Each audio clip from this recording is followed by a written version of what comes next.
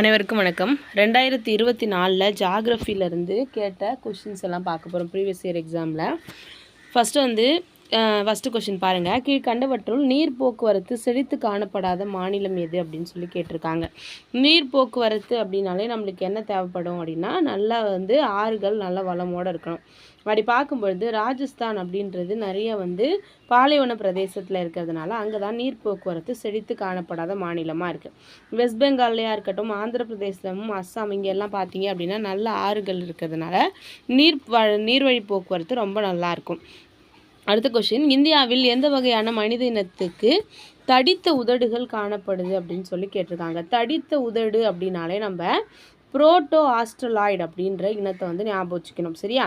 இந்தியாவில் நிறைய மனித இனங்கள் இருக்குது. அதில் புரோட்டோ ஆஸ்ட்ரலாய்டு அப்படின்ற இனத்துக்கு தடித்த உதடுகள் காணப்படுது. இந்த பழங்குடியினர் பற்றி மனிதர்களோட இனம் பற்றிலாம் நிறைய கொஷின்ஸ் ரிப்பீட்டடாக கேட்குறாங்க, ஞாபகம் வச்சுக்கோங்க. அடுத்தது பிலாஸ்பூர், இது எங்கே இருக்குது அப்படின்னு சொல்லி கேட்குறாங்க. பிலாஸ்பூர் எந்த மண்டலத்தான ரயில்வேயோட தலைமையகமாக இருக்குது அப்படின்னு சொல்லி கேட்டிருக்காங்க. தென்கிழக்கு மத்திய ரயில்வேயோட தலைமையிடம் தான் பிலாஸ்பூர். சரியா? தென்கிழக்கு மத்திய ரயில்வே மண்டலத்தோட தலைமையகம் தான் எங்கே இருக்குது அப்படின்னா பிலாஸ்பூரில் இருக்குது. அடுத்தது ஹேமடைட் தாதுவோட நிறம் என்ன அப்படின்னு கேட்டிருக்காங்க. ஹேமடைட் தாதுவோட நிறம் சிவப்பு கலர். சரியா? அடுத்தது கங்கை நதியின் மொத்த நீளம் எவ்வளோ அப்படின்னு கேட்டிருக்காங்க. கங்கை நதி அது ஸ்டார்ட் பண்ணுறதுலேருந்து அதோட எண்டு வரைக்கும் நம்மளுக்கு 2525 கிலோமீட்டர். 25 ஞாபகம் வச்சுக்கோங்க. கங்கை நதியோட மொத்த நீளம் 25 கிலோமீட்டர். அடுத்தது புலம்பெயர்ந்தோர் பதிவில் முன்னிலை வகிக்கும் மாவட்டம் எது அப்படின்னு சொல்லி கேட்டிருக்காங்க. இதில் சென்னை தான் இருக்குது. ஓகேவா? புலம்பெயர்ந்தோர் பதிவில் முன்னிலை வகிக்கும் மாவட்டம் சென்னை மாவட்டம். அடுத்து NH-44 எங்கே வரைக்கும் இருக்குது அப்படின்னு பார்த்தீங்கன்னா NH-44 தான் தமிழ்நாட்டிலே மிக நீளமான நெடுஞ்சாலை. ஓகேவா? அந்த NH-44 பார்த்தீங்க அப்படின்னா தமிழ்நாட்டில் ஓசூர்லேருந்து கன்னியாகுமரி வரைக்கும் போகுது. சரியா? அடுத்த கொஷின் மேட்ச் பண்ண சொல்லியிருக்காங்க. சின்னூக் அப்படின்ற இது லோக்கல் விண்ட்ஸ் தலைக்காற்றுகள்னு சொல்லுவாங்க இல்லையா? சின்னூக் எங்கே இருக்குது அப்படின்னு பார்த்தீங்கன்னா ராக்கி மவுண்டன்ஸ் பாறைகளில் இருக்கிற இதுன்னு சொல்லியிருக்காங்க. அடுத்து ஹர்மட்டன் சென்ட்ரல் ஆஃப்ரிக்கா. கராபுரன் அப்படின்றது central Asia. Loo India Pakistan. சரியா? லூ அப்படின்னு வந்தாலே இந்தியாவுக்கும் பாகிஸ்தான் ஞாபகம் வச்சுக்கோங்க. Chinook Rocky mountain. Harmattan central Africa. Karaburan central Asia. சரியா? அடுத்த question, the main source of natural alkalinity are rocks which dash இருக்கு. அதாவது காரத்தன்மை, பாறைகளோட காரத்தன்மை எதனால வர? யமுனா ரிவர் வாட்டர் டிஸ்ட்ரிபியூட், அதாவது எந்தெந்த மாநிலங்கள் பயன்படுது அப்படின்னு சொல்லிட்டு பார்க்கணும். யமுனை பார்த்தீங்க அப்படின்னா நம்மளுக்கு உத்தரப்பிரதேசம், மத்திய பிரதேஷ், ஹிமாச்சல் பிரதேஷ் மூணு மாநிலங்களுக்கு யூஸ் பண்ணுறோம். சரியா? யமுனை ரிவர் எந்தெந்த மாநிலங்களுக்கெல்லாம் யூஸ் ஆகுது அப்படின்னா உத்தரப்பிரதேசம், மத்திய பிரதேசம், ஹிமாச்சல் பிரதேசத்துக்கு யூஸ் ஆகுது. அடுத்தது நர்மதை நதி அப்படின்னு பார்க்கும்பொழுது நம்மளுக்கு மத்திய பிரதேஷ், மகாராஷ்டிரா, ராஜஸ்தான் மூணுத்துக்கும் யூஸ் ஆகுது. அதுக்கப்புறம் கிருஷ்ணா நதி பார்த்தோம் அப்படின்னா மகாராஷ்டிரா, கர்நாடகா, ஆந்திர பிரதேஷ். காவிரி நம்மளுக்கு தெரியும், கர்நாடகா, கேரளா, தமிழ்நாடு கூட புதுச்சேரியும் வரும். சரியா? அடுத்தது கூற்று காரணங்கள் பாருங்கள். Nilgiri is the least populated district இன் தமிழ்நாடு அப்படின்னு சொல்லியிருக்காங்க. அது கரெக்டு. நீலகிரி தான் மக்கள் தொகை ரொம்ப கம்மியாக இருக்கிற ஒரு மாவட்டம். அது கரெக்டு. தமிழ்நாட்டில் it is located in north western part of the Tamil Nadu அப்படின்னு சொல்லி கொடுத்துருக்காங்க. வடமேற்கு பகுதியில் இருக்குது அப்படின்னு சொல்லி கொடுத்துருக்காங்க. இது மட்டும் தப்பு. சாரி, நான் கரெக்டாக தான் இருக்குது. நார்த் வெஸ்டர்ன் வடமேற்கு பகுதியில் இருக்குது. ஆனால் கூற்று காரணத்துக்கு விளக்குதா அப்படின்னா அது கிடையாது. சரியா? மக்கள் தொகை ஏன் கம்மியாக இருக்குது அப்படின்னா அது ஒரு மலை பிரதேசம் அந்த மாதிரி கொடுத்துருந்தாங்கன்னா கூற்று காரணத்தை விளக்குது அப்படின்னு சொல்லலாம். நார்த் வெஸ்டர்ன் பார்ட்டில் இருக்குது அப்படின்றது கரெக்டு அப்படின்னு தான் கொடுத்துருக்காங்க. வடமேற்கு பகுதியில் இருக்குது. சரியா? அடுத்த question, the growth of population in 1921 was held in check. Birth and death rates were more or less equal during this பீரியட்னு சொல்லியிருக்காங்க. ஓகேவா? அதாவது 1921 பார்த்தீங்க அப்படின்னா நம்மளுக்கு மக்கள் தொகை வளர்ச்சி வந்து பார்த்திங்க அப்படின்னா வந்து எப்படி இருந்துச்சு அப்படின்னா மேலே ஏறவும் இல்லை இறங்கவும் இல்லை. காரணம் என்னென்னா பர்த் ரேட்டும் டெத் ரேட்டும் அந்த டைமில் ஒரே மாதிரி இருந்துச்சு அப்படின்னு சொல்லியிருக்காங்க. ரெண்டுமே கரெக்டு. அடுத்தது presence of various races in India earned the title of ethnological museum of India அப்படின்னு சொல்லி கொடுத்துருக்காங்க. அதாவது மக்கள் தொகையில் பார்த்தீங்கன்னா நிறைய இனங்கள் இருக்கிறதுனால நம்ம என்ன சொல்கிறோம், இளங்களின் அருங்காட்சியகம் அப்படின்னு இந்தியாவை சொல்கிறோம் அப்படின்னு சொல்லியிருக்காங்க. அது வந்து கூற்று வந்து கரெக்டு. அதுக்கப்புறம் Dravidians were the original inhabitant of India அப்படின்னு சொல்லியிருக்காங்க. அதாவது திராவிடர்கள் அப்படின்றது இந்தியாவிலே வந்து உருவான ஒரு இனம் அப்படின்றாங்க. அதுவும் கரெக்ட். ஆனால் காரணம் வந்து கூற்றை விளக்குதா அப்படின்னு கேட்டால் இல்லை அப்படின்னு சொல்லியிருக்கோம். சரியா? அடுத்த question, the largest wind farm of India dash district is located in Tamil Nadu அப்படின்னு சொல்லி கொடுத்துருக்காங்க. அதாவது இந்தியாவில் மிகப்பெரிய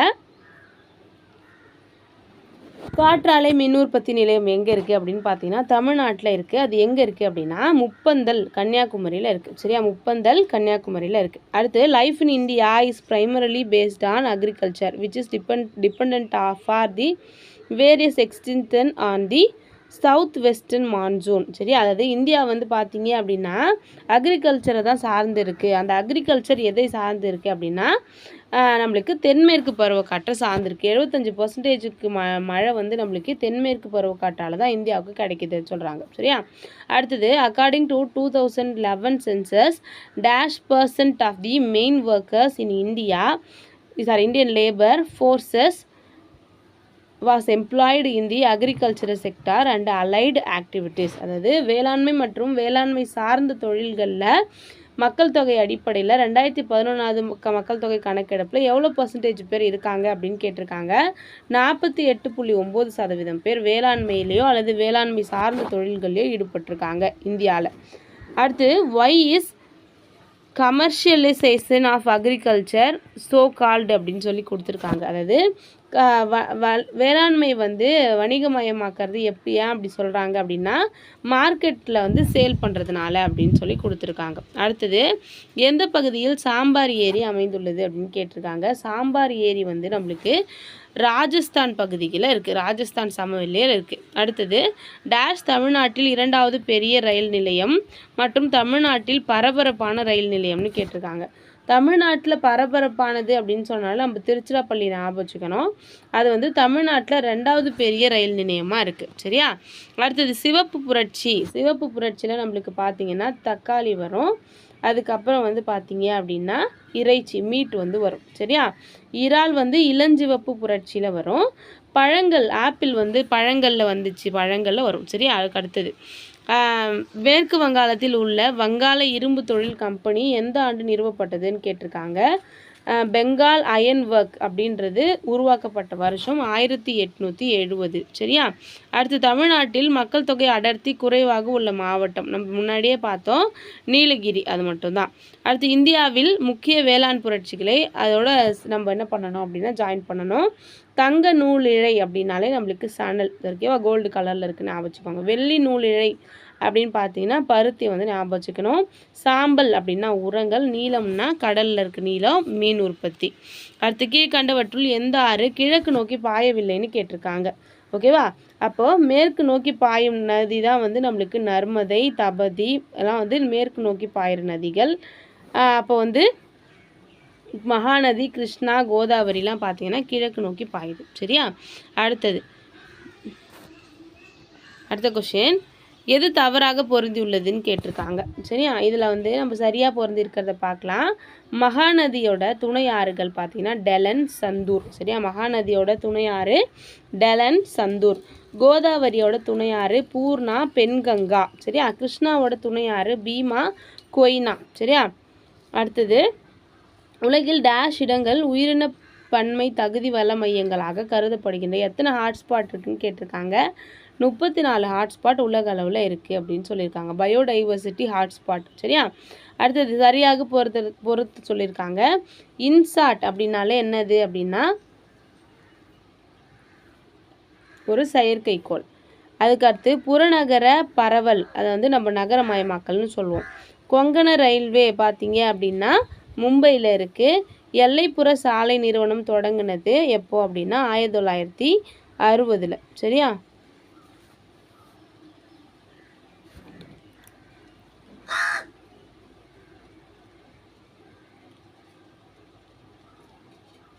இது ஆப்ஷன் வந்து தப்பாக இருக்குது, பார்த்துக்கோங்க. சரி, அடுத்தது இந்தியாவில் முதல் மக்கள் தொகை கணக்கெடுப்பு 1872 தொடங்கப்பட்டது அப்படின்னு சொல்லியிருக்காங்க. அது கரெக்டு. அடுத்தது முழுமையான முதல் மக்கள் தொகை கணக்கெடுப்பு 1881 தொடங்கப்பட்டது அப்படின்னு, அதுவும் கரெக்டு. ரெண்டுமே கரெக்டாக பொருந்திருக்கு. அடுத்தது ஹரப்பா மக்களும் பண்பாடும் என்ற தலைப்பின் கீழ்கண்ட கூற்றில் சரியானது எதுன்னு கேட்டிருக்காங்க. ஹரப்பா மக்களை பற்றி நம்ம பார்க்கும்பொழுது சிந்துவெளி நாகரிகத்தில் ஒன்றுக்கும் அதிகமான குழுக்கள் இருந்துச்சு அப்படின்றது கரெக்டு. சிந்துவெளி நாகரிக விவசாயிகள், கால்நடை வளர்ப்போர், வேட்டையாடுவர்கள், உணவு சேகரிப்போர்னு பல குழுக்கள் இருந்தாங்க, அதுவும் கரெக்டு. சிந்துவெளி நாகரிகத்தில் ஒன்றுக்கும் அதிகமான 5 குழுக்கள் இருந்துச்சு அப்படின்றது மட்டும் நம்மளுக்கு இல்லை. சரியா? 5 குழுக்கள்லாம் இல்லை, பல குழுக்கள் இருந்துச்சுன்னு சொன்னாங்க, அதில் 5ன்னுலாம் சொல்லலை. அடுத்தது பண்பாடு என்பது மக்களின் மொழி, உணவு, உடை, சமூக பழக்கங்களை குறிக்கும். அது வந்து கரெக்டு. இந்தியா பன்முக பண்பாட்டு தன்மை உடையது, இதுவும் கரெக்டு. சரியா? அடுத்து 2023 நடந்தது பார்க்கலாம். தமிழ்நாட்டில் டேஷ் பயிர் உற்பத்திக்காக அதிக பரப்பளவு நிலம் பயன்படுத்தப்படுது. தமிழ்நாடு அப்படின்னா நம்ம நெல்லுக்கு வந்து அதிகமான பரப்பளவு கொடுப்போம். சரியா? ஃபஸ்ட்டு வந்து வெஸ்ட் பெங்கால் வந்து நெல்லுலேயும் சணல்லையும் ஃபஸ்ட்டில் இடத்துல இருப்பாங்க, நம்ம 2வது இடத்துல இருக்கோம். சரியா? அடுத்து தமிழ்நாட்டில் பின்வரும் தொழில்களில் ஒன்று மத்திய அரசால் மேற்கொள்ளப்படவில்லைன்னு கேட்டிருக்காங்க. ஹிந்துஸ்தான் ஃபோட்டோ ஃபிலிம்ஸ் வந்து சென்ட்ரல் கவர்மெண்ட்டுக்கு கீழே இருக்குது. நெய்வேலி லிக்னைட் கார்பரேஷனும் சென்ட்ரல் கவர்மெண்ட்டுக்கு கீழே இருக்குது. சேலம் இரும்பு எஃகு ஆலையும் சென்ட்ரல் கவர்மெண்ட்டுக்கு கீழே இருக்குது. ஆனால் தமிழ்நாடு இண்டஸ்ட்ரியல் இன்வெஸ்ட்மெண்ட் கார்பரேஷன், அதாவது TIIC அப்படின்றது மட்டும் பார்த்திங்கன்னா தமிழ்நாட்டுக்கு கீழே இருக்குது, மாநில அரசாங்கத்துக்கு கீழே இருக்குது, தமிழ்நாடு தொழில் முதலீட்டு கழகம். அடுத்தது பின்வரும் தேசிய நீர்வழி சாலை 1 வந்து பார்த்தீங்க அப்படின்னா எந்த நகரத்தை இணைக்குது அப்படின்னு கேட்டிருக்காங்க. அலகாபாத் டு ஹால்தியா. சரியா? தேசிய நீர்வழியில் நம்பர் 1 வந்து எதையும் இணைக்குது அப்படின்னா அலகாபாத் டு ஹால்தியாவை இணைக்குது. அடுத்தது 2011 எண்ணெய் இயற்கை வாயு நிறுவனம் இந்தியாவில் முதல் கழிப்பாறை வாயு இருப்பு பின்வரும் மாநிலங்களில் எந்த மாநிலத்தில் கண்டுபிடிக்கப்பட்டது அப்படின்னு கேட்டிருக்காங்க. அதாவது ONGC வந்து ஃபஸ்ட்டு ஷேல் கேஸை எங்கே கண்டுபிடிச்சாங்க அப்படின்னு கேட்காங்க. 2011 வெஸ்ட் பெங்காலில் கண்டுபிடிச்சிருக்காங்க. இந்தியாவில் வனவிலங்கு பாதுகாப்பு சட்டம் கொண்டு வரப்பட்ட ஆண்டு 1972. இந்தியாவில் மிகப்பெரிய உப்பு ஏரி வந்து சிலிக்கா ஏரி. சரியா? இந்தியாவில் மிகப்பெரிய உப்பு ஏரி என்னது? சிலிக்கா ஏரி நம்ம சொல்கிறோம். சிலிக்கா ஏரி அப்படின்னு கொடுத்துருக்காங்க. அடுத்தது மேலடுக்கு காற்று சுழற்சியான ஜெட் ஓட்டம் காணக்கூடிய அடுக்கு. ஜெட் காற்றோட்டம் எந்த அடுக்கில் இருக்குது அப்படின்னு கேட்குறாங்க. நம்மளோட பூமியில் வளிமண்டலத்தில் 4 அடுக்குகள் இருக்குது, நம்ம எல்லாருக்குமே தெரியும். அதில் அடி அடுக்கு அப்படின்னு சொல்லப்படுற ட்ரோபோஸ்பியரில் தான் வந்து ஜெட் காற்றோட்டம் இருக்குது அப்படின்னு சொல்லியிருக்காங்க. அடுத்தது தமிழ்நாட்டில் வேளாண் ஏற்றுமதி மண்டலங்கள் எங்கே அமைஞ்சிருக்கு அப்படின்னு பார்த்தீங்கன்னா நம்மளுக்கு ஓசூர், ஊட்டி, நிலக்கோட்டை 3 இடத்துல அமைஞ்சிருக்கு. தமிழ்நாட்டில் வேளாண் ஏற்றுமதி மண்டலங்கள் அமைஞ்ச இடங்கள் கேட்டிருக்காங்க. ஓசூர், ஊட்டி, நிலக்கோட்டை. மதுரையில் கிடையாது. இந்தியாவில் மிகப்பெரிய சதுப்பு நிலக்காடு எங்கே இருக்குது அப்படின்னா சுந்தரவனக்காடுகள் மேற்கு வங்காளத்தில் இருக்குது. மக்கள் தொகையில் தேக்க நிலை ஏற்பட்ட காலம் நம்ம முன்னாடியே பார்த்தோம், 1901 to 1921. இந்த நிலையில் நம்மளுக்கு வந்து இறப்பு விகிதமும் பிறப்பு விகிதமும் சேமாக இருந்துச்சுன்னு படித்தோம். அடுத்து பந்திப்பூர் புலிகள் சரணாலயம் இந்தியாவில் எங்கே இருக்குது அப்படின்னு கேட்டிங்கன்னா கர்நாடகாவில் இருக்குது. சரியா? பந்திப்பூர் புலிகள் சரணாலயம் எங்கே இருக்குது அப்படின்னா கர்நாடகாவில் இருக்குது அப்படின்னு சொல்லியிருக்கோம். அடுத்த கொஸ்டின், இந்தியாவில் கங்கையும் யமுனையும் கூடும் இடத்துல இருக்கிற நகரம் எது அப்படின்னு கேட்டிருக்காங்க. கங்கை ஆறும் யமுனை ஆறும் சேர்ற இடத்துல நம்மளுக்கு அலகாபாத் இருக்குது. சரியா? அடுத்தது இமயமலையில் லாஹில் மற்றும் ஸ்பிட்டி எங்கே அமைஞ்சிருக்குன்னு கேட்டிருக்காங்க. அது வந்து இமயமலையில் இருக்குது, ஹிமாச்சலில் இருக்குது. சரியா? அடுத்து ஹம்பி எந்த நதிக்கரையில் இருக்குது அப்படின்னு கேட்டிருக்காங்க. ஹம்பி வந்து துங்கபத்ரா நதிக்கரையில் அமைஞ்சிருக்கு. ஹம்பி எங்கே இருக்குது அப்படின்னா துங்கபத்ரா நதிக்கரையில் அமைஞ்சிருக்கு. அடுத்து 2011ஆம் ஆண்டின் மக்கள் தொகை கணக்கெடுப்பின்படி 54.6% தொழிலாளர்கள் எந்த துறையில் இருக்காங்க அப்படின்னு கேட்டிருக்காங்க. விவசாயத்துறையில் இருக்காங்க 2011. சரியா? 54.6% தொழிலாளர்கள். அடுத்தது கீழ்கண்டவற்றுள் நில சீர்திருத்த நடவடிக்கைகள் எது அப்படின்னு பார்த்தீங்கன்னா இடத்தரகளை ஒழிக்கணும், அது வந்து நில சீர்திருத்தம் தான். நிலத்தை வந்து குத்தகைக்கு கொடுக்குறோம், அதுவும் வந்து நில சீர்திருத்தம் தான். நிலத்தை உச்சவரம்பு நிர்ணயிக்கிறதும் நில சீர்திருத்தம் தான். அதிக மகசூல் தரும் விதை வகைகள் பார்த்தீங்க அப்படின்னா நம்மளுக்கு பசுமை புரட்சியில் வரும். அடுத்து 1954ஆம் ஆண்டில் சரக்கு மற்றும் சேவை வரி சட்டத்தை அமல்படுத்திய முதல் நாடு எது அப்படின்னு சொல்லி கேட்டிருக்காங்க. எது அப்படின்னா பிரான்ஸ். சரியா? அடுத்தது 2019-2021 இந்திய அறிக்கையின்படி கர்ப்பகால வயதை பொருட்படுத்தாமல் 2.5 கிலோவுக்கு கீழே பறக்கிற குழந்தைங்கள தான் நம்ம என்ன சொல்கிறோம்னா குறைந்த பிறப்பு எடை கொண்ட குழந்தைகள்னு சொல்கிறோம். சரியா? அடுத்த கொஷின், எந்த மாவட்டம் தமிழ்நாட்டில் மிக அதிக கல்வி விகிதத்தை கொண்டது அப்படின்னு கேட்டிருக்காங்க. நம்மளுக்கு வந்து இங்கே நாமக்கல்னு கொடுத்துருக்காங்க. சரியா? ஆனால் ஆன்சர் என்ன அப்படின்னு பார்த்தீங்கன்னா கன்னியாகுமரி. சரியா? அடுத்து மனிதவள மேம்பாட்டு குறியீட்டில் தமிழ்நாட்டில் எந்த மாவட்டம் மிகவும் பின்தங்கியுள்ளது அப்படின்னு கேட்டிருக்காங்க. HDIயில் வந்து பார்த்தீங்க அப்படின்னா அரியலூர் பின்தங்கிய மாவட்டமாக இருக்குது. சரியா? அடுத்தது which states are benefitted from Tungabhadra ப்ராஜெக்ட்னு கேட்டிருக்காங்க. துங்கபத்ரா நதியில் தான் நம்மளுக்கு என்ன இருக்குது, ஹம்பி இருக்குதுன்னு பார்த்தோம் இல்லையா? அதில் ஆந்திர பிரதேசும் வந்து கர்நாடகாவும் வந்து யூஸ் பண்ணுறாங்க. சரி, அடுத்தது பவன் ஹான்ஸ் ஹெலிகாப்டர் லிமிட்டடோட தலைமையகம் எங்கே இருக்குது அப்படின்னு கேட்டிருக்காங்க. நியூ டெல்லியில் இருக்குது. சரி, பவன் ஹான்ஸ் ஹெலிகாப்டர் லிமிட்டடோட தலைமையிடம் வந்து நியூ டெல்லியில் இருக்குது. அடுத்தது Caucasoid is known as European ரேஸ்ன்னு சொல்லியிருக்காங்க. அதாவது ஐரோப்பாவில் இருக்கிற ஒரு இனத்துக்கு பேர் தான் என்னது அப்படின்னா காக்கசாய்டு அப்படின்னு சொல்லியிருக்காங்க. அடுத்தது தமிழ்நாடு எது ராங் ஸ்டேட்மெண்ட்னு கேட்டிருக்காங்க. Tamil Nadu stands second in area and production of coffee next to Karnataka அப்படின்றது கரெக்டு. கர்நாடகாவுக்கு அடுத்தபடியாக தமிழ்நாடு தான் வந்து பார்த்தீங்க அப்படின்னா காஃபி உற்பத்தி பரப்பளவுலையும் சரி உற்பத்திலையும் சரி 2வது இடத்துல இருக்காங்க அப்படின்றது கரெக்டு. அடுத்து Tamil Nadu ranks second in area of production of tea in India next to Assam, அதுவும் கரெக்டு. அஸ்ஸாமுக்கு அப்புறம் டீ இண்டஸ்ட்ரியில் வந்து நம்ம தான் செகண்ட் இடத்துல இருக்கோம், அதுவும் கரெக்டு.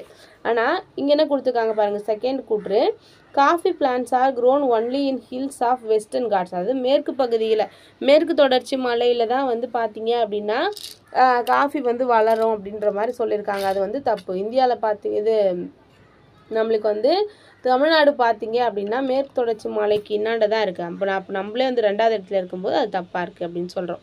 அடுத்தது காராகரம் பாஸ் எங்கே இருக்குது அப்படின்னு பார்த்தீங்கன்னா நம்மளுக்கு ஜம்மு காஷ்மீரில் இருக்குது. சரியா? ஜம்மு அண்ட் காஷ்மீரில் காராகரம் இருக்குது. ஜோஹில்லா பார்த்தீங்க அப்படின்னா ஹிமாச்சல் பிரதேசில் இருக்குது. பமுதில்லா அப்படின்றது வந்து நம்மளுக்கு அருணாச்சல் பிரதேசில் இருக்குது. நாதுல்லா வந்து சிக்கிமில் இருக்குது. இது அடிக்கடி கேட்குறாங்க. காரோகரம் வந்து ஜம்மு அண்ட் காஷ்மீர், ஜோசிலா வந்து பார்த்தீங்க அப்படின்னா ஹிமாச்சல் பிரதேஷ், பாம்தில்லா அப்படின்றது அருணாச்சல் பிரதேஷ், நாதுல்லா வந்து சிக்கிம். சரியா? அடுத்த கொஷின், திருநெல்வேலியில் இருக்கிற வைல்ட் லைஃப் சாங்சுரி அதாவது வனவிலங்கு சரணாலயம் எங்கே இருக்குது அப்படின்னு சொல்லி கேட்டிருக்காங்க. முண்டந்துறை புலிகள் காப்பகம் இருக்குல்லையே, அதுதான் வந்து நம்மளுக்கு திருநெல்வேலியில் இருக்குது. அதுக்கப்புறம் India is the dash largest producer of coffee globally அப்படின்னு கேட்டிருக்காங்க. உலக அளவில் இந்தியா வந்து காஃபி உற்பத்தியில் 7வது இடத்துல இருக்கும். அதை ஞாபகம் வச்சுக்கோங்க, புக்லேயே இருக்குது. அடுத்தது சத்ரியா டான்ஸ் வந்து என்ன டான்ஸ்ன்னு கேட்டிருக்காங்க. அஸ்ஸாமில் இருக்கிற ஒரு டான்ஸ் ஃபார்ம் தான் வந்து சத்ரியா அப்படின்னு சொல்கிற ஒரு டான்ஸ். சரியா? அடுத்தது the universal declaration of human rights was proclaimed by the united national general assembly in which பிளேஸ்னு கேட்டிருக்காங்க. அதாவது ஹியூமன் ரைட் மனித உரிமைகள் பிரகடனத்தை UN வந்து எங்கே கொண்டு வந்தாங்க அப்படின்னு கேட்டிருக்காங்க. பாரிஸில் கொண்டு வந்தாங்க. அடுத்தது the quantum of groundnut production in India in Tamil Nadu அப்படின்னு கேட்டிருக்காங்க. அதாவது நம்ம வந்து நிலக்கடலையில் எவ்வளோ டன் உற்பத்தி பண்ணுறோம் அப்படின்னா 7 லட்சம் டன்னு கிட்ட உற்பத்தி பண்ணுறோம். அது வந்து கொஸ்டினில் கேட்டிருக்காங்க. அடுத்தது Tamil Nadu is a highest producer of என்ன அப்படின்னு கேட்டிங்கன்னா பனானா அண்ட் கோகனட். ஓகேவா? தேங்காவும் வாழைப்பழமும் நம்ம ரொம்ப அதிகமாக ப்ரொடியூஸ் பண்ணுறோம் தமிழ்நாடு. அடுத்தது ஹியூமன் டெவலப்மெண்ட் இண்டெக்ஸில் எதெல்லாம் யூஸ் பண்ணுவாங்க அப்படின்னு கேட்டால் நம்மளுக்கு கல்வி, வருமானம், உடல் நலம் யூஸ் பண்ணுவாங்க. ஆனால் பாலின விகிதம் எடுத்துக்க மாட்டாங்க கணக்கில். சரியா? அப்போ HDIயில் என்னெல்லாம் வரும் அப்படின்னா நம்மளோட கல்வி, வாழ்க்கை தரம் தான் வந்து உடல் நலம், அதுக்கப்புறம் வருமானம். சரியா? அடுத்த கொஷின், கூற்று காரணங்கள். கோயம்புத்தூர், திருப்பூர் மற்றும் ஈரோடு மண்டலம் தமிழ்நாட்டின் ஜவுளி பள்ளத்தாக்குன்னு அழைக்கப்படுது. இது வந்து கரெக்டு. இவை நெசவாலை மூலம் நாட்டில் பொருளாதாரத்தில் முக்கிய பங்கு வகிக்கிறது. அதுவும் கரெக்டு. ரெண்டுமே சரியான விளக்கமாக இருக்குது. அடுத்து, ஆக்ஸ்போர்டு பொருளாதாரம் நடத்திய அண்மை கால ஆய்வுகளில் இருந்து உலகின் மிக அதிகமாக வளர்ந்து வரும் மாநகரங்களில் இந்திய மாநகரங்கள் முதல் 10 இடங்களை பிடித்துள்ளன. இந்தியாவில் மிக வேகமாக வளர்ந்து வரும் மாநகரங்கள் 6வது இடத்தை பிடிச்ச நகரம் எது அப்படின்னு கேட்டிருக்காங்க. திருப்பூர். சரியா? அடுத்த கொஸ்டின், இந்தியாவை 6 உயிரின புவியியல் மண்டலமாக பிரித்தவர் யார் அப்படின்னு கேட்டிருக்காங்க. பிரேட்டர் SH அப்படின்றவர் தான் இந்தியாவை 6 ஜியாகிராஃபிக் ரீஜனாக பிரிச்சிருக்காங்களாம். சரி, அடுத்தது ஆன்சர் வந்து பிரேட்டர். நெக்ஸ்ட்டு, தீபகற்ப இந்தியாவில் கிழக்கே பாயும் நதிகளில் வளமான பறவை பாத அமைப்பை கொண்ட டெல்டாவை உருவாக்கும் நதி எதுன்னு கேட்டிருக்காங்க. கிருஷ்ணா. சரியா? பறவை பாத அமைப்பை கொண்ட டெல்டா அப்படின்னு சொன்னாலே கிருஷ்ணாவை ஞாபகம் வச்சுக்கோங்க.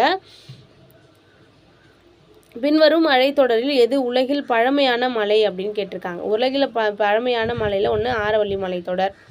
அடுத்தது, இந்தோ சுமேரியன் சீல்ஸ் டெசிப்பர்டு அப்படின்ற புக்கு எழுதினவர் யாருன்னு கேட்டிருக்காங்க. லாரன்ஸ் வாடல். சரி, அதை இந்தோ சுமேரியன் சீல்ஸ் டெசிப்பர்டு அப்படின்ற புக்கை எழுதினவர் லாரன்ஸ் வாடல்.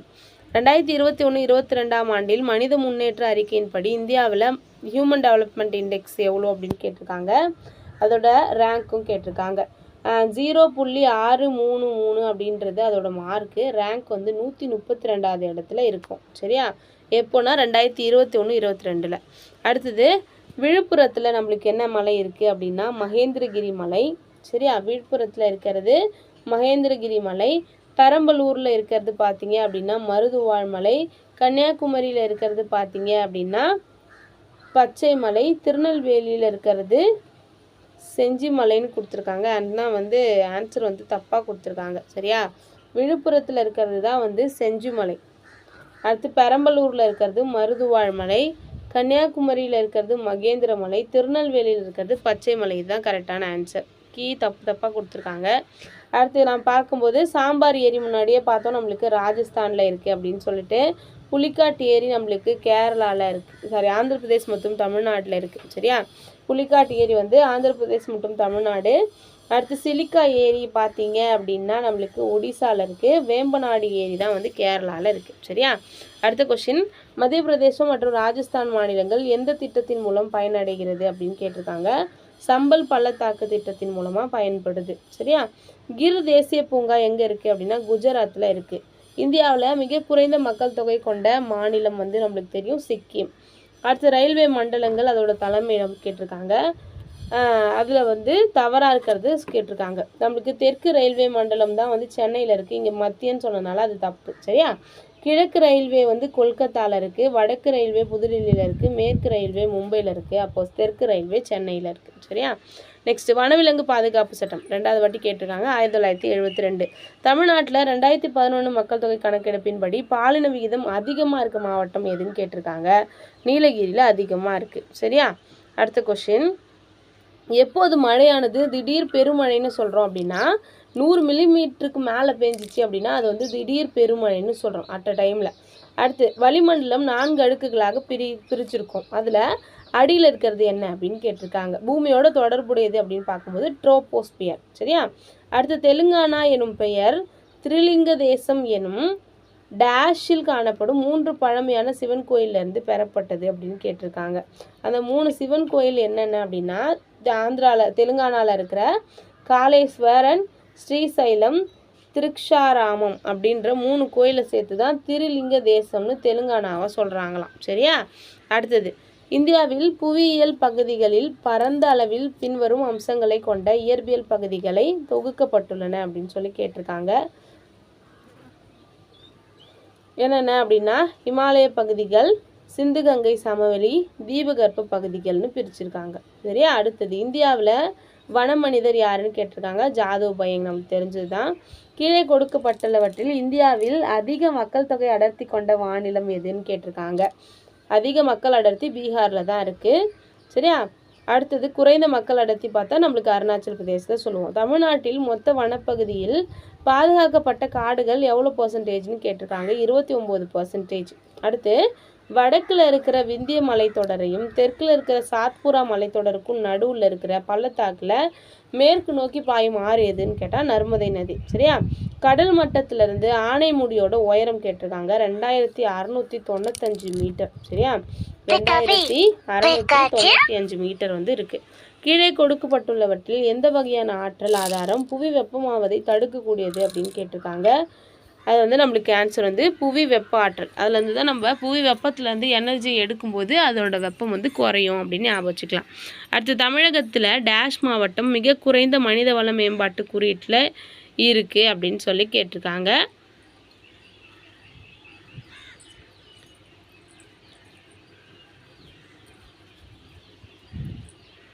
ஹெச்டிஐயில் எது குறைஞ்சி இல்லை அப்படின்னு கேட்டிருக்காங்க. அரியலூருக்கு ஹெச்டிஐ நல்லா இருக்குது அப்படின்னு சொல்லியிருக்கோம். தேனி, பெரம்பலூர், நாகப்பட்டினம் வந்து ஹியூமன் டெவலப்மெண்ட் இண்டெக்ஸில் ரொம்ப கம்மியாக இருக்காங்க. 2011 மக்கள் தொகை கணக்கெடுப்பின்படி பெண் கல்வியோட கல்வி அறிவு வீதம் பார்த்திங்கன்னா 65.46% வந்து இருக்குது. அதுக்கப்புறம் இயற்கை விவசாயம் தான் வந்து சுற்றுச்சூழலுக்கு உகந்த ஒரு விவசாய முறைன்னு கொடுத்துருக்காங்க. அடுத்து பம்பாயில் கொடூர பிளேக் நோய் பரவிய ஆண்டு எதுன்னு கேட்டிருக்காங்க, 1896. சரியா? 1896 பம்பாயில் கொடுமையான பிளேக் நோய் வந்துச்சான். அடுத்து இமயமலை பற்றி பார்க்குறீங்கன்னா பெரிய இமயமலைக்கு வந்து நம்ம என்ன சொல்கிறோம் அப்படின்னா இமாத்ரி அப்படின்னு சொல்லிட்டு சொல்கிறோம். அதுக்கப்புறம் சிறிய இமயமலை வந்து சிவாலி குன்றுகளை ஒப்பிடும்பொழுது இந்த பகுதி அதிக அளவு மழையை பெறுது, அதுவும் கரெக்டு. புகழ்பெற்ற கோடை வாழிடங்கள் இந்த இமயமலையில் இருக்கான்னு கேட்டால் இல்லை. இந்த பெரிய இமயமலையிலேருந்து நம்மளுக்கு எவரெஸ்ட் மாதிரியான சிகரங்கள் இருக்குது. அடுத்து உலகில் மிக நீளமான அணை எது அப்படின்னு கேட்டிருக்காங்க, ஹீராகுட் அணை தான். அடுத்து ஓதக்காடுகளை வந்து நம்ம மாங்க்ரோவ் ஃபாரஸ்ட்டை ஓதக்காடுகள்னு சொல்லுவோம். அடுத்து கிழக்கு மத்திய ரயில்வேயின் தலைமையிடம் பார்த்திங்கன்னா ஹாசிப்பூர். சரியா? கிழக்கு மத்திய ரயில்வே, கிழக்கு ரயில்வே வந்து நம்மளுக்கு கொல்கத்தாவில் இருக்குது. கிழக்கு மத்திய ரயில்வே பார்த்திங்க அப்படின்னா நம்மளுக்கு ஹாசிப்பூரில் இருக்குது. பின் வருவனவற்றுள் எத்துறை பேரிடர் மேலாண்மை ஆணையத்துடன் செயல்படுகின்ற மாவட்ட அமைப்பு இல்லை.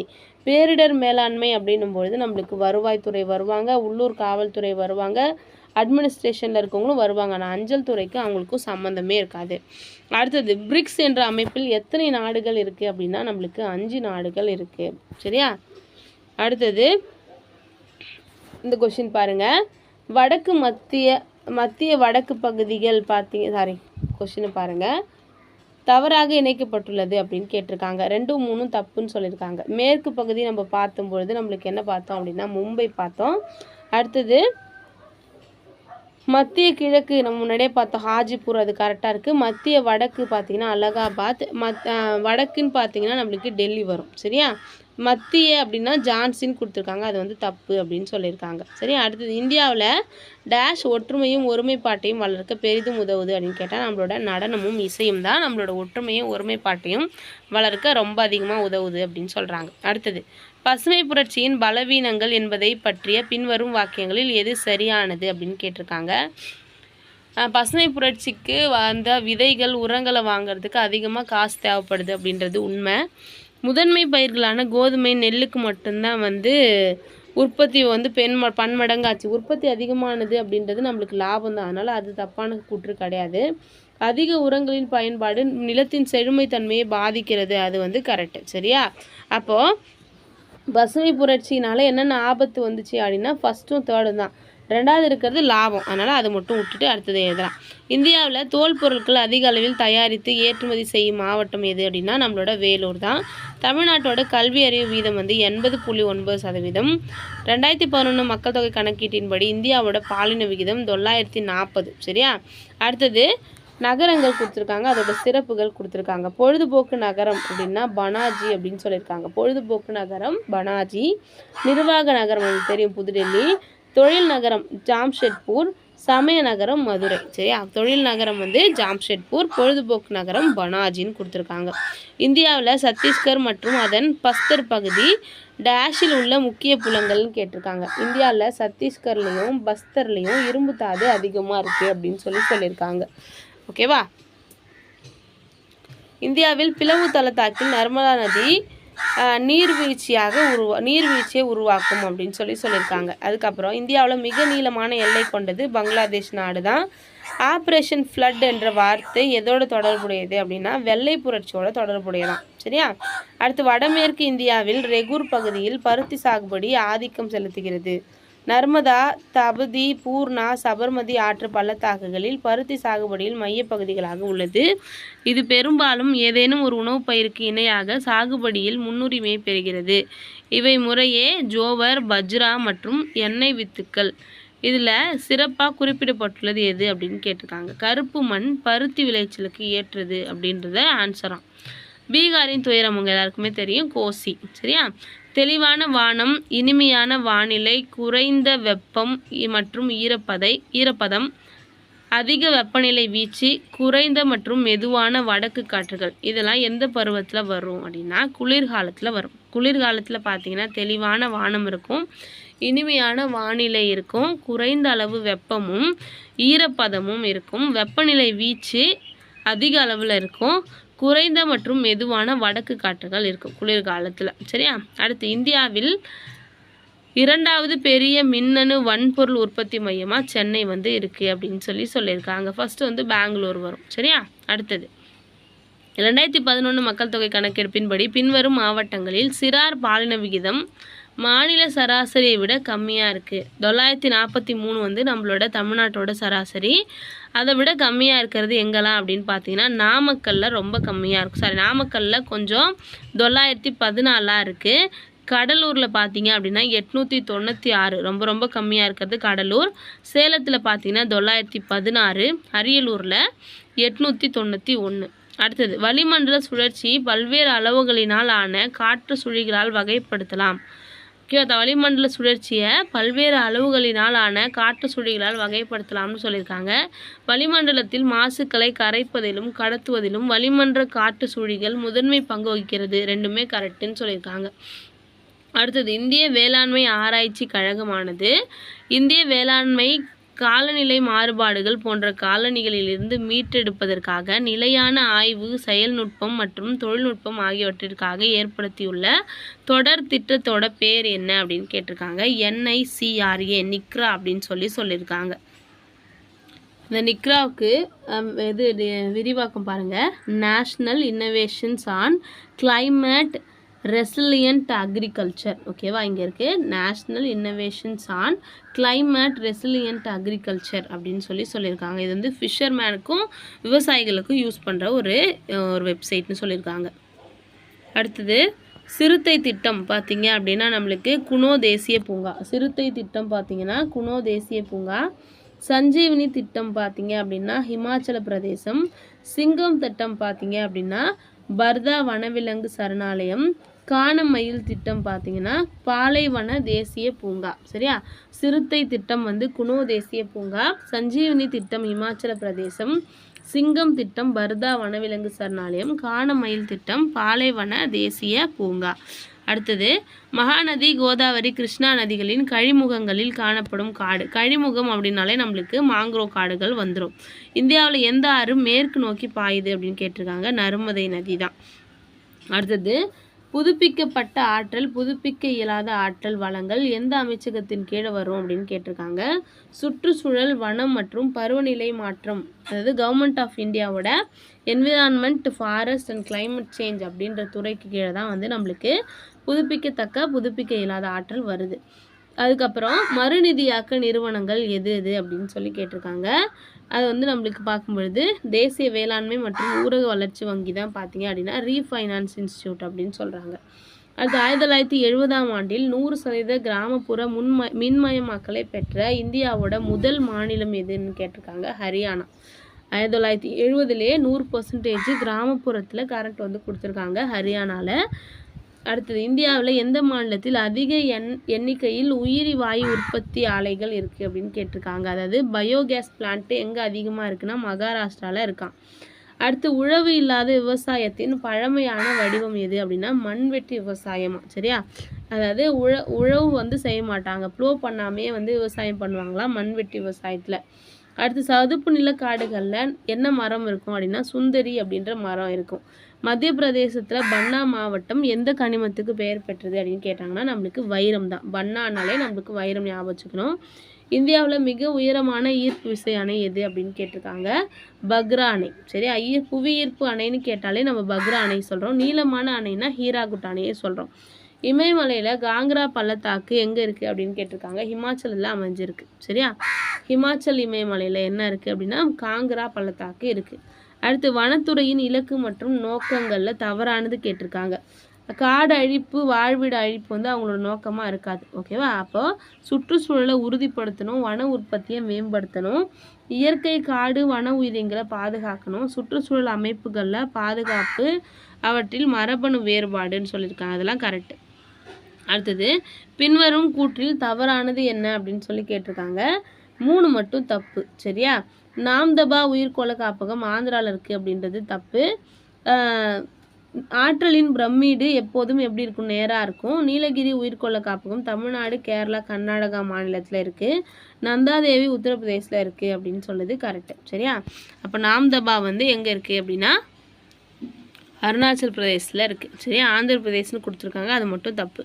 அடுத்து பஞ்சம் பரவலான நோய் மற்றும் பட்டினியால் இறப்பிற்கு வழிவகுக்கும் வறட்சி எது அப்படின்னா விவசாய வறட்சி தான். அடுத்தது திருச்செங்கோடு அப்படின்னு பார்க்கும்பொழுது ஆழ்துளை கிணறுகள் தான் அதிகமாக இருக்கும். சேலத்தில் மரவள்ளி கிழங்கு இருக்கும். ராஜபாளையத்தில் என்ன இருக்கும் அப்படின்னா பருத்தி அறுவை சிகிச்சை பொருள் இருக்குது. கரூரில் பார்த்தீங்கன்னா வாகனம் வந்து செய்வாங்க. அடுத்து 2018 தமிழகத்தில் குழந்தை இறப்பு விகிதம் 1000 குழந்தைக்கு 15 இருந்திருக்கு. சரியா, முன்னாடி 17 இருந்துச்சு 2011 நினைக்கிறேன். இப்போ 2018 2 குறைஞ்சி 15 இருக்குது 2018. சரியா, இந்தியாவில் எது தவறாக பொருந்தப்பட்டுள்ளது, கீழ்கண்டவற்றில் எது தவறாக பொருந்தப்பட்டிருக்கு அப்படின்னு கேட்டிருக்காங்க. மேக்னசைட் சேலத்தில் தான் இருக்கும். மாலிப்டினம் கரடி கூட்டம்ல இருக்குது, இது ரொம்ப இம்பார்ட்டண்ட்டு. இரும்பு தாது கஞ்சமலையில் இருக்குது. லிக்னைட் வந்து கன்னியாகுமரின்னு கொடுத்துருக்காங்க, அது வந்து தப்பு அப்படின்னு சொல்லியிருக்காங்க. அடுத்து ஏற்றுமதி ஊக்குவிப்பு தொழில்துறை பூங்கா தமிழ்நாட்டில் எங்கே இருக்குது அப்படின்னு கேட்டிருக்காங்க. கும்முடிப்பூண்டியில் இருக்குது. சரியா, எக்ஸ்போர்ட் ப்ரமோஷன் இண்டஸ்ட்ரியல் பார்க் வந்து கும்முடிப்பூண்டி. அடுத்து 2011ஆம் ஆண்டு மக்கள் தொகை கணக்கெடுப்பின்படி மிக குறைந்த குழந்தை பாலின விகிதம் கொண்ட தமிழக மாவட்டம் பார்த்தீங்கன்னா தருமபுரின்னு கொடுத்துருக்காங்க. சரியா, அடுத்தது IMR அப்படின்னா என்னென்னா 1000 குழந்தைங்க பிறக்கிறதுல 1 வயசுக்குள்ளே இறந்த குழந்தைகளை தான் நம்ம IMRனு சொல்லுவோம். மக்கள் தொகை மாற்றத்தில் எந்த நிலை குறைந்த பிறப்பு வீதம் குறைந்த இறப்பு வீதம் கொண்டது அப்படின்னு கேட்டிருக்காங்க. ஸ்டேஜ் 3ன்னு சொல்லியிருக்காங்க. மக்கள் தொகை மாற்றத்தின் எந்த நிலை குறைந்த பிறப்பு வீதம் மற்றும் குறைந்த இறப்பு வீதம், ஸ்டேஜ் வந்து 3. அடுத்தது சரியான கூற்று கேட்டிருக்காங்க. நிலநடுக்கம் அப்படின்னும் பொழுது ரிக்டர் அளவுகோலால் நம்ம அளப்போம் நிலநடுக்கத்தை. மண் அரிப்பு அப்படின்னா நீரோட்டம், காற்று வீசும் வேகம், நகரும் பனிக்கட்டிகள், இதனோட மண்ணோட மேல் அடுக்கு வந்து போயிடும். வெள்ளம் நீர்னால நிறைய பரவுற தொற்று நோய்கள் உருவாகும். சுனாமி அப்படின்னா துறைமுக அலைன்னு சொல்லுவாங்க. அடுத்தது ஹிந்தி மொழி எந்த மொழி குடும்பம்னு கேட்டிருக்காங்க. இந்தோ ஐரோப்பிய மொழி குடும்பம். ஹிந்தி மொழி வந்து இந்தோ ஐரோப்பிய மொழி குடும்பம். இந்தியாவில் அதிக மக்கள் தொகை கொண்ட பகுதிகள் நீர்வளம் மிக்கது, கரெக்டு. வேளாண்மைக்கேற்ற மண்வளம் மிக்கது, அதுவும் கரெக்டு. எளிதான போக்குவரத்து வசதியை உடையது, அதுவும் கரெக்டு. சரியா, அப்போது ஃபஸ்ட்டு கூற்று கரெக்டு. அதிக மக்கள் அடர்த்தி பகுதிகள் பழமையான குடியிருப்புகளையும் கொண்டுள்ளது, அதுவும் கரெக்டு. பின்வரும் ஒரு மாநிலம் சோட்டா நாக்பூர் தொழிற்சாலை பகுதியின் கீழ் வராது அப்படின்னு கேட்டிருக்காங்க. அப்போது சோட்டா நாக்பூர் பீடபூமி கீழ் நமக்கு ஜார்க்கண்ட், ஒடிசா, பீகார்லாம் வருது. சத்தீஸ்கர் வரல. சரியா, அடுத்த கொஸ்டின். தமிழ்நாட்டில் காற்றாற்றல் எங்கெல்லாம் இருக்குது அப்படின்னு கேட்டிருக்காங்க. நம்மளுக்கு ஆரல்வாய் மொழி கன்னியாகுமரி அங்கே இருக்குது, அது நம்மளுக்கு தெரியும். அது மட்டும் இல்லாமல் நம்மளுக்கு பாலக்காடு கணவாய் கோயம்புத்தூர்லேயும் செங்கோட்டை கணவாய் திருநெல்வேலியிலையும் நம்மளுக்கு என்ன இருக்குது அப்படின்னா காற்று ஆற்றல் வளம் இருக்காமா. சரியா, பாலக்காடு கணவாய் கோயம்புத்தூர், செங்கோட்டை கணவாய் திருநெல்வேலி, ஆரல்வாய் மொழி கணவாய் கன்னியாகுமரி. சரியா, அடுத்தது சன் ஆற்றின் நீளம் கேட்டிருக்காங்க. சன் அப்படின்ற ஆற்றோட நீளம் வந்து 784 கிலோமீட்டர். காவிரியுடன் தொடர்பில்லாத கிளை நதி, காவிரி கூட நம்மளுக்கு ஹெராங்கி, கபானி, சிம்சா அப்படின்ற நதிகள்லாம் இருக்கான். கோலார் அப்படின்றது வராது. அண்டார்டிக் மற்றும் ஆழ்கடல் ஆராய்ச்சிக்கான இந்திய தேசிய நிறுவனம் அமைந்துள்ள இடம் வந்து கோவா. ஓகேவா, national centre for Antarctic and ocean research is situated இன் கோவா அப்படின்னு சொல்லியிருக்காங்க. அடுத்து கமாமஸ், வினினால்ஸ் மற்றும் கேமமஸ் இனங்களை கொண்ட இந்தியாவின் பூக்கடை பகுதி எதுன்னு கேட்டிருக்காங்க. தக்கான பிரதேசம், டெக்கான் ரீஜன் சொல்லியிருக்காங்க. கமாமஸ் வினினாட்ஸ், கேமமஸ் இனங்கள். அடுத்து சர் ஹெபார்டி ரிஸ்லி இந்திய இனங்களை எத்தனை வகையாக பிரித்தார்னு கேட்டிருக்காங்க. 7 வகையாக பிரிச்சிருக்காரு. அடுத்தது உலகில் 2வது மக்கள் தொகை கொண்ட நாடு இந்தியா அப்படின்னு சொல்லியிருக்காங்க. இப்போ வந்து அது ஃபஸ்ட்டாக மாறிடுச்சு. சரியா, அது எப்படின்னு பார்ப்போம். கரண்ட் அஃபேர்ஸில் கேட்குறாங்களா இல்லை புக் வைஸ் கேட்குறாங்களான்னு தெரியல. அடுத்தது பரப்பளவில் 5வது பெரிய நாடு அப்படின்னு சொல்லியிருக்காங்க. அது வந்து தப்பு, 7வது இடத்துல வரும்னு நினைக்கிறேன். சரியா, 2011ஆம் ஆண்டில் மக்கள் தொகை அடர்த்தி ஒரு சதுர கிலோமீட்டருக்கு 382 பேர், அதுவும் கரெக்டு. அடுத்தது கூட்டத்தில் திடீர் அவசரத்தால் மரணம் மற்றும் காயங்களை ஏற்படுத்தும் நிகழ்வுக்கு என்ன சொல்லுவாங்க அப்படின்னு கேட்டிங்கன்னா ஸ்டாம்பர்ட் அப்படின்னு சொல்லுவாங்க. அது மிரல் திறனோட்டம் அப்படின்னு சொல்லியிருக்காங்க.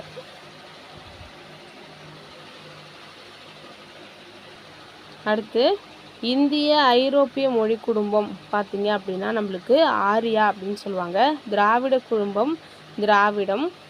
அதே திராவிட குடும்பத்தில் தான் கன்னடம் வரும். ஆனால் இங்கே ஆஸ்ட்ரிக் குடும்பம்னு கொடுத்துருக்காங்க, அது தப்பு. சீனோ திபெத்திய குடும்பம் கிரதா. சரியா. அடுத்து 2011 மக்கள் தொகை கணக்கெடுப்பின் அடிப்படையில் மக்கள் தொகை அடர்த்தியை இறங்கு வரிசையில் சொல்லணும்னு சொல்லியிருக்காங்க. அதில் வந்து பீகார் ஃபஸ்ட் பிளேஸில் இருக்காங்க, மேற்கு வங்காளம் செகண்ட் பிளேஸில், கேரளா 3வது இடத்துல, உத்தரப்பிரதேஷ் 4வது இடத்துல. கரெக்டாகவே கொடுத்துருக்காங்க. அடுத்தது கீழே கொடுக்கப்பட்டுள்ளவற்றுள் இந்தியாவில் விவசாயம் தொடர்பான சரியான கூற்று என்னன்னு கேட்டிருக்காங்க. கூற்று 1 பாருங்கள். உலகளவில் இந்தியா தேயிலை, கரும்பு, எண்ணெய் விதைகள் உற்பத்தியில் முதலிடம் வகிக்கிறது அப்படின்னு சொல்லியிருக்காங்க. ஆமாம், அது கரெக்டு. காஃபியில் தான் நம்ம 7வது இடத்துல இருக்கோம். சரியா. பசுமை புரட்சியின் மூலமாக இந்தியா உணவு உற்பத்தியில் தன்னிறைவு அடைந்தது, அதுவும் கரெக்டு. அப்போ கூற்று காரணம் 2மே கரெக்டு. அடுத்து இந்தியாவோட நிலப்பகுதிகள் நம்மளுக்கு ரொம்ப முக்கியம். 8 டிகிரி 4 இன்ச்சு வட அச்சம்லேருந்து 37 டிகிரி 6 இன்ச்சு வட அச்சம் வரைக்கும், 68.7 டிகிரி கிழக்கு தீர்க்கம்லேருந்து 97.25 கிழக்கு தீர்க்கம் வரைக்கும் பரவிருக்கு. சரியா.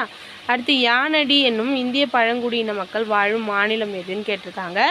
யானடி அப்படின்றது ஆந்திர பிரதேசில் இருக்கிற ஒரு பழங்குடியினம்னு சொல்லியிருக்காங்க. அடுத்து ஒப்பாரா நீர்த்தேக்கம் வந்து நம்மளுக்கு உத்தரப்பிரதேசில் இருக்குது. சரியா. ஓப்ரா நீர்த்தேக்கம் வந்து பார்த்திங்கன்னா நம்மளுக்கு உத்தரப்பிரதேசில் இருக்குது. தாவா நீர்த்தேக்கம் வந்து மத்திய பிரதேசில் இருக்குது. ஹீராகுட் நீர்த்தேக்கம் வந்து ஒரிசாவில் இருக்குது.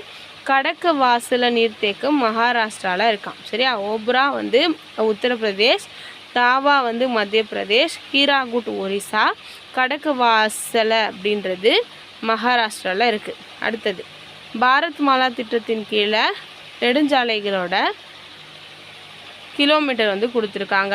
சரியா. ஃபஸ்ட்டு வந்து Nagaland 193 kilometre, Mizoram 361 kilometre, Assam 512 kilometre, Manipur 607 kilometre. அடுத்தது சுற்றுச்சூழல் பாதுகாப்பு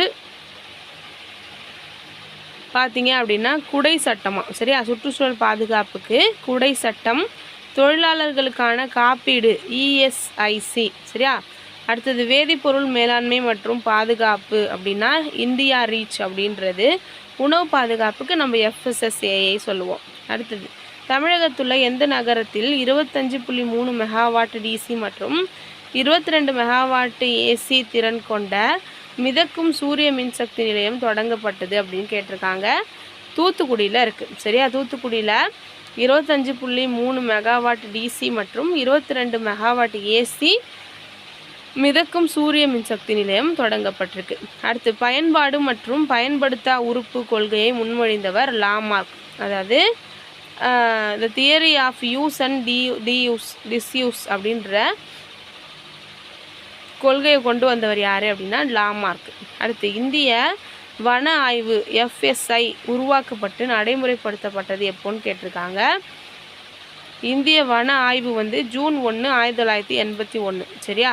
ஜூன் 1, 1981. அடுத்து கீழ்கண்டவற்றுள் எது சரியாக பொருந்தியுள்ளது அப்படின்னு கேட்டிருக்காங்க. குறைந்தபட்ச ஊதிய சட்டம் அதெல்லாம் தப்பாக இருக்குது, கரெக்டாக இருக்கிறது பார்க்கலாம். இந்திய தேசிய ஜவுளி கொள்கை 2000. அடுத்து தொழிலாளர் இழப்பீடு சட்டம் வந்து 1923. அதிக பிறப்பு விகிதம் மற்றும் குறைந்த இறப்பு விகிதம் கொண்ட மக்கள் தொகை வெடிப்பு அப்படின்னு சொல்லியிருக்காங்க. இது வந்து தவறு. கரெக்டான ஸ்டேட்மெண்ட் என்னென்னா வேலை செய்பவர்களுக்கும் வேலை செய்யாதவர்களுக்கும் இடையிலான விகிதத்தை தான் நம்ம சார்பு விகிதம்னு சொல்லுவோம். 1948 வருஷம் தேசிய குடும்ப கட்டுப்பாட்டு திட்டம் கொண்டு வரப்பட்டதான். சரியா? சாரி, 2, 3 தப்புன்னு சொல்லியிருக்காங்க. சரியா? சாரி. அதிக பிறப்பு விகிதம் மற்றும் குறைந்த இறப்பு விகிதம் மக்கள் தொகை வெடிப்பு அப்படின்னு சொல்கிறது கரெக்ட். சரியா? மக்கள் தொகை வெடிப்புனா ரொம்ப அதிகமான மக்கள் தொகை வரணும், அப்போ பிறப்பு விகிதம் அதிகமாக இருக்கணும். கரெக்டாக இருக்குது. அடுத்து மொத்த கருவுறுதல் விகிதம் எப்படி கணக்கு பண்ணுவோம் அப்படின்னா, பெண்களோட முழு இனப்பெருக்க காலத்துலேயும் பிறந்த குழந்தைகளோட எண்ணிக்கையை நம்ம சொல்கிறோம். சரியா? அடுத்து 2011 மக்கள் தொகை கணக்கெடுப்பில் தமிழ்நாட்டோட சமூக பொருளாதார குறியீடு பார்க்குறோம். ஃபஸ்ட்டு வந்து பார்க்கும்பொழுது நம்மளுக்கு என்ன இருக்குது அப்படின்னா 10 ஆண்டு வளர்ச்சி விகிதம். சரியா? 10 ஆண்டு வளர்ச்சி விகிதம் பார்த்தீங்கன்னா 15.61. 10 ஆண்டு வளர்ச்சி விகிதம் 15.61. அடுத்தது பாலின விகிதம் 1000 ஆண்களுக்கு எத்தனை பெண்கள் இருக்காங்க அப்படின்னு பார்க்கும்பொழுது நம்மளுக்கு 996 பேர் இருக்காங்க தமிழ்நாட்டில். அடுத்து குழந்தைகள் எத்தனை பேர் இருக்காங்க, குழந்தைகளோட பாலின விகிதம் பார்க்கும்பொழுது நம்மளுக்கு எத்தனை இருக்குன்னா 946 இருக்குது. சரியா? நகர்ப்புற மக்கள் தொகை பார்த்தீங்கன்னா 48.4% பேர். அடுத்து மாநிலங்களை அவற்றின் நீடித்த வளர்ச்சி குறிக்கோள்களின் சாதனையை கொண்டு பொறுத்துக அப்படின்னு சொல்லியிருக்காங்க. தமிழ்நாடு பார்த்தீங்கன்னா பாவர்ட்டி இல்லாமல் இருக்கிறதுல நம்ம ஜெயிச்சிருக்கோம். சரியா? அதுவே சத்தீஸ்கர் வந்து பாலின சமத்துவத்தில் ஜெயிச்சிருக்காங்க. கேரளா பார்த்தீங்க அப்படின்னா நம்மளுக்கு பூஜ்ய பசி மற்றும் பட்டினி இல்லா நிலை. ஒடிசா வந்து பார்த்திங்கன்னா பருவநிலை நடவடிக்கை. சரியா? இதோட இந்த கொஷின் பேப்பரும் முடியுது.